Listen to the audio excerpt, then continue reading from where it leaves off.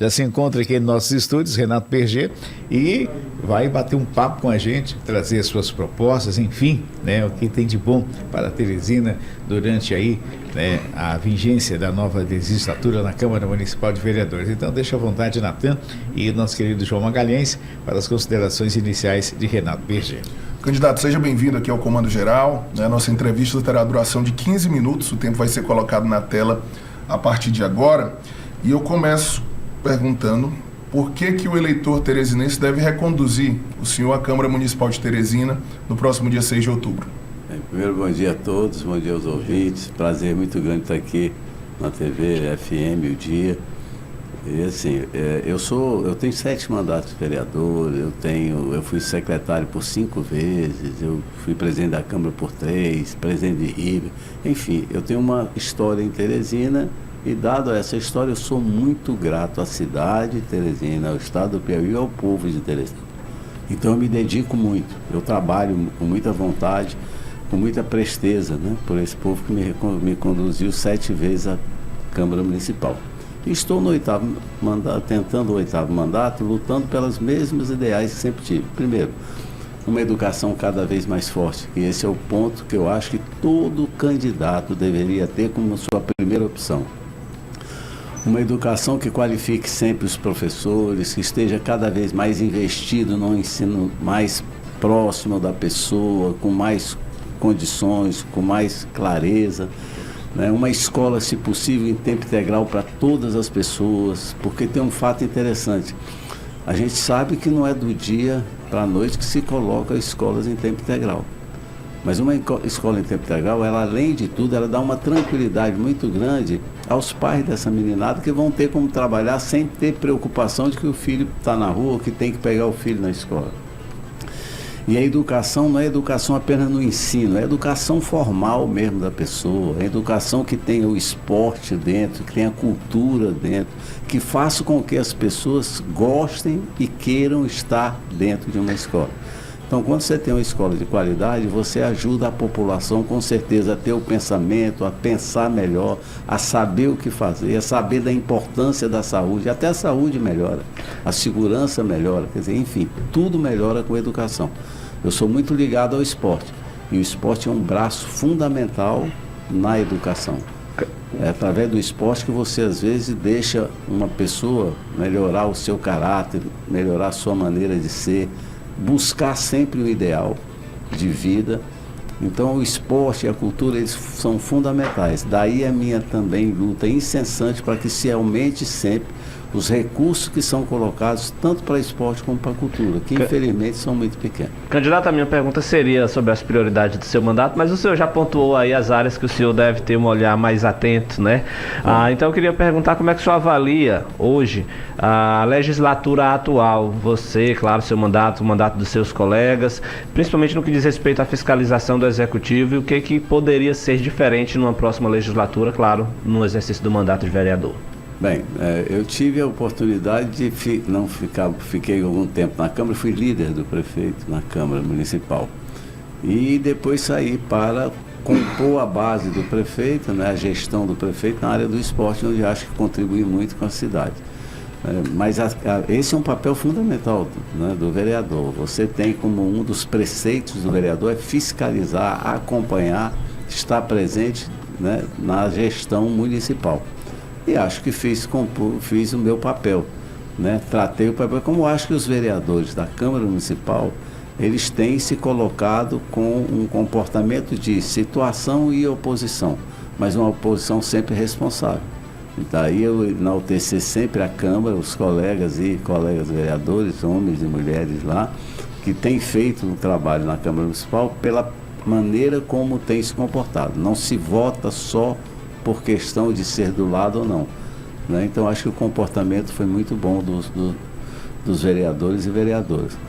Eu não faria nada diferente do que tenho feito. Acho que eu cumpro com a minha responsabilidade, eu cobro quando é para cobrar, eu oriento quando é para orientar, né? Logicamente dentro daquelas possibilidades que a gente tem, né? E logicamente que contribuo como tenho que contribuir. A cidade, ela é de todos, né? A gestão passa. Tivemos problema na gestão do Dr. Pessoa? Tivemos. né? Nós tivemos muito problema, principalmente no que diz respeito à informação, né? Se informou muito mal ou não se informou. Tanto que tem pessoas que hoje veem a campanha eleitoral, as colocações do Dr. Pessoa, e entendem o que ele fez, reconhecem o que ele fez pela propaganda eleitoral, coisa que não se conseguiu fazer durante a gestão. Então se cobravam muitas coisas. Eu vou dar um exemplo aqui do Dr. Pessoa, já que o Dr. Pessoa é um prefeito que tem um coração muito grande, né? Ele pode ter pecado em algumas áreas? Pode. Mas ele fez um governo voltado às pessoas que mais precisam? Fez. Uma das coisas importantes, vou dar até um exemplo aqui, na minha área, que era o esporte. Nós buscamos uma lei que estava há muito tempo encostada, quer dizer, a Lei de Incentivo ao Esporte. Nunca tinha sido regulamentada. 18 anos a lei aprovada e sem regulamentação. E eu consegui que ele assinasse essa lei, que ele regulamentasse essa lei. E isso dá oportunidade de dezenas, centenas de garotos que precisam de um apoio financeiro na hora das competições, às vezes nacionais, que precisam, às vezes até internacionais, e você não tem né, como conseguir dinheiro, porque os recursos são muito pequenos. E através de projetos agora com essa lei do incentivo ao esporte, com a sua regulamentação, eles vão poder apresentar os projetos e procurar, dentro, logicamente, de um critério que existe, de uma comissão que analisa, ter esses recursos para poder desenvolver suas ações.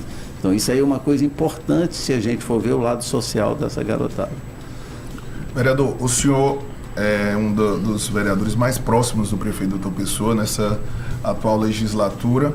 Como é que o senhor tem avaliado esse processo eleitoral aqui na capital? O prefeito aparece aí um pouco distante dos dois candidatos que polarizam nas pesquisas, mas os aliados têm sempre dito que o prefeito tem condições ainda de chegar a um eventual segundo turno. Como é que o senhor tem avaliado esse cenário?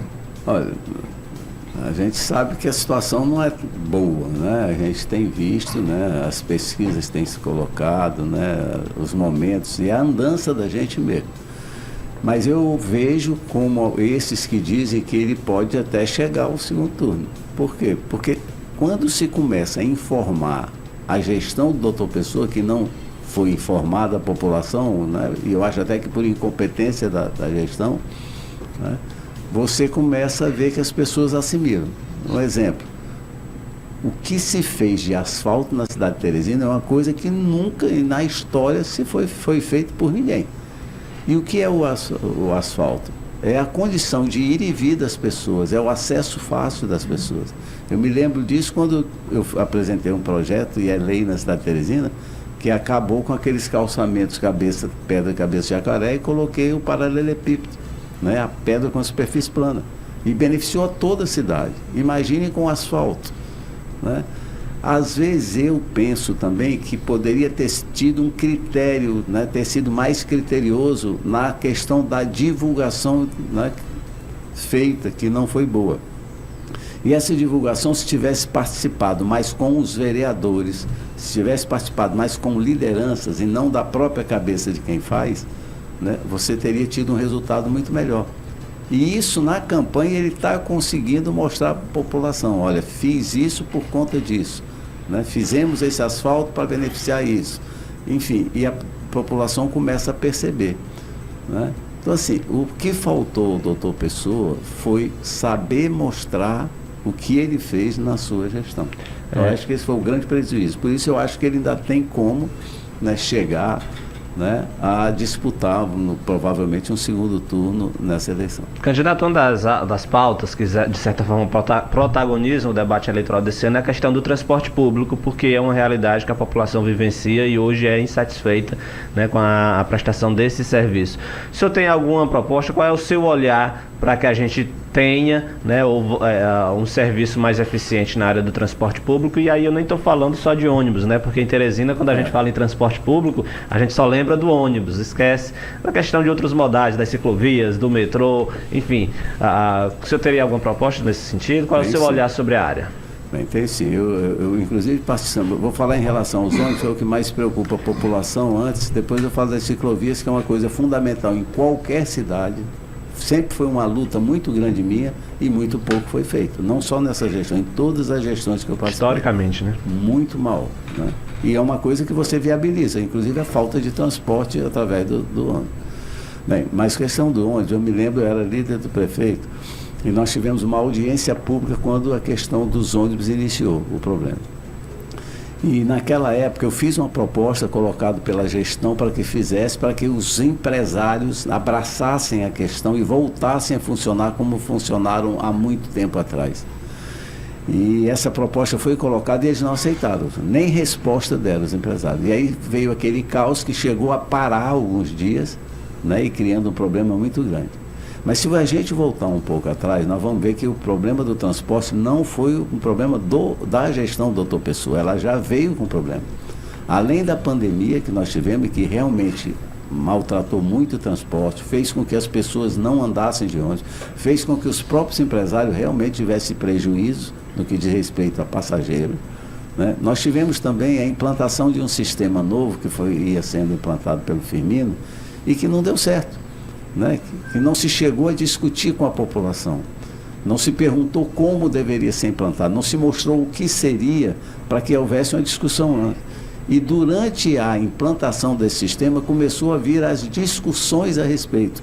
E você viu que você estava acabando com o comércio local quando você colocava aqueles corredores, porque os comércios começaram a sentir o problema porque não tinham mais acesso das pessoas. Estacionamentos, né? Então isso assim, então muita coisa atrapalhou. Hoje, eu posso dizer assim, o que nós temos em circulação? 250 ônibus. Quando a pessoa assumiu, não tinha nem isso. Né? Então assim, a prefeitura hoje investe 6 milhões de reais no transporte público. Nunca em gestão nenhuma se investiu isso, só na questão do transporte para funcionamento do transporte. Por conta de gratuidades, por conta do não aumento, e nunca aumentou a passagem. A passagem não. Há quanto tempo nós estamos com a mesma passagem? E você não tem como aumentar uma passagem, já que você não presta um grande serviço, não presta um bom serviço. Né? Mas olha, questão rural, né? Queria aumentar para R$8, já estava em 8, o prefeito mandou voltar o valor da tarifa. Né? Então assim, não foi culpa, como muitos às vezes querem colocar, do doutor Pessoa a situação do transporte hoje. Agora, precisa melhorar e tem que se resolver o assunto. E tem que se sentar com os empresários que se seguram num contrato que foi feito com uma extensão muito grande, numa garantia da permanência deles. Então tem que se sentar, a Justiça tem que colaborar, o Ministério Público tem que colaborar para que a gente possa realmente voltar a ter um transporte que atenda às necessidades da nossa população. Vereador, falando do PRD, partido que o senhor faz parte, ontem teve um anúncio aí público já da desistência do candidato do pastor Levino de Jesus. Como é que está o partido? Essa desistência, de certa forma, altera as projeções eleitorais do PRD? Olha, não deixa de alterar alguma coisa. Eu acho que não as projeções, porque, né, a gente sabia daquilo que o pastor e aonde o pastor poderia chegar, mais ou menos. Mas é uma coisa ruim. Você não tira um candidato próximo à eleição. De qualquer maneira, o pastor Levino tem um nome bom, conceituado na cidade, e ele ajudaria a chapa. E pode ter certeza que ele apoiando quem quer que seja, ele não vai ter a mesma performance. Né? E eu não acho certo. Ontem eu vi a discussão do Roncalhinho, parece que com o Tiago Duarte, e o Tiago reclamando, né, e o Roncalhinho dizendo que cada um tem que lutar com aquilo que quer, que ele não tem culpa do pastor ter apoiado ele. Mas para que o pastor tenha ido, deve ter sido tem alguma coisa que fez com que ele fosse. Né? Algum diálogo, né? E isso aí atrapalha também a ele, Roncalhinho. Né? Então assim, você não pode querer abraçar o mundo sozinho, quando você depende também dos outros para chegar onde quer chegar. Então, assim, eu entendo que não é bom, é ruim, mas eu não posso também dizer que ele não está na razão dele. Ele está buscando a eleição dele.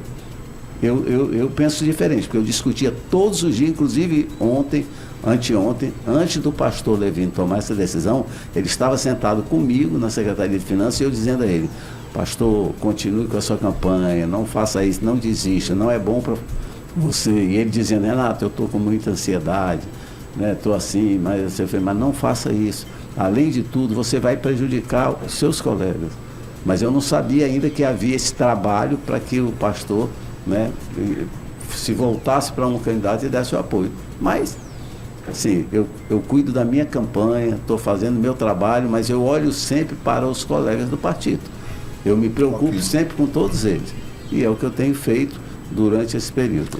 Vereador, nós temos 40 segundos agora para suas considerações finais. Fique à vontade para deixar aqui o seu recado, número, fique à vontade. Bem, eu gostaria de me dirigir à população e pedir, né, o apoio para que a gente possa novamente continuar a fazer esse trabalho na cidade de Teresina.